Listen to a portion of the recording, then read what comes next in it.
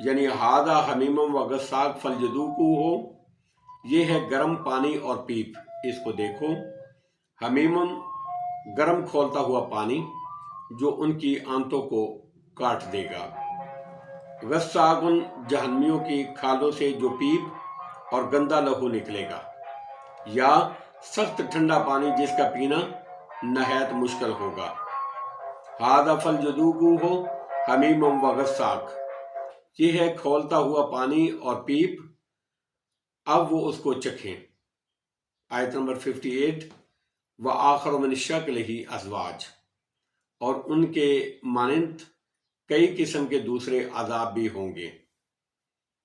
شکل ہی اس جیسے، ازواج انواع اقسام مختلف قسم، یعنی حمیم و غساق جیسے ہی بہت سی قسم کے دوسرے عذاب بھی ان کو ملیں گے۔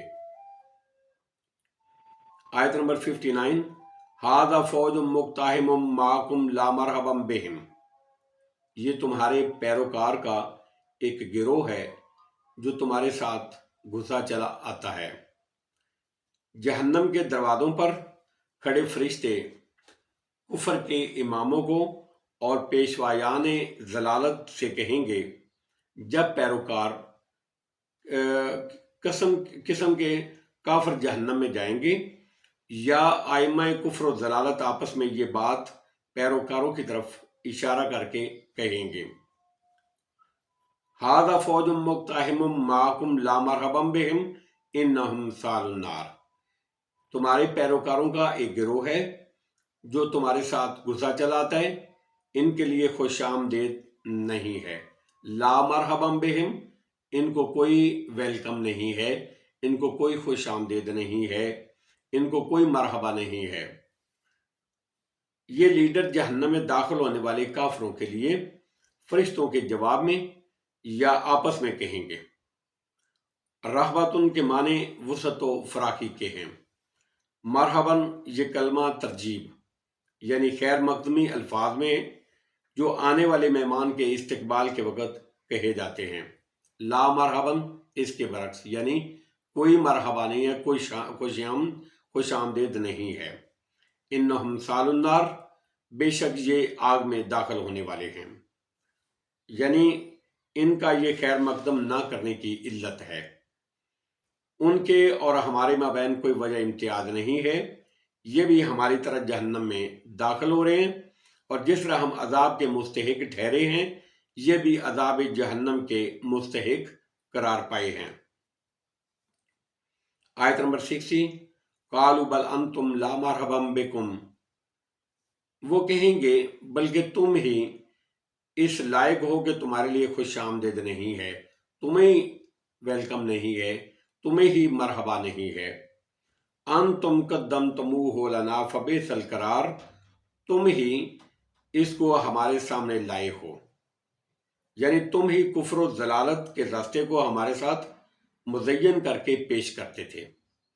اس طرح گویا اس عذاب جہنم کے پیشکار تم ہی ہو۔ یہ پیروکار اپنے مقتداؤں کو کہیں گے، اپنے مریدوں کو کہیں گے، اپنے جو ان کے ماننے والے ہیں ان کو کہیں گے۔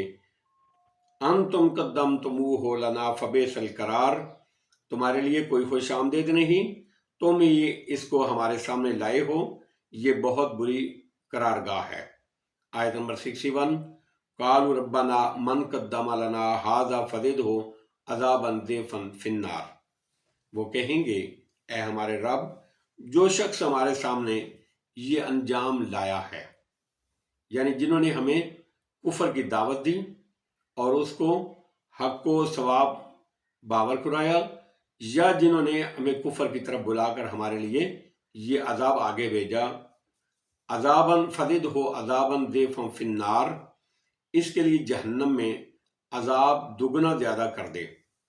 یہ وہی بات ہے جس کو اور بھی کئی مقامات پر بیان کیا گیا ہے، مثال کے طور پہ سورۃ الاعراف کی آیت نمبر 38 اور سورۃ الاحزاب کی آیت نمبر 68 میں۔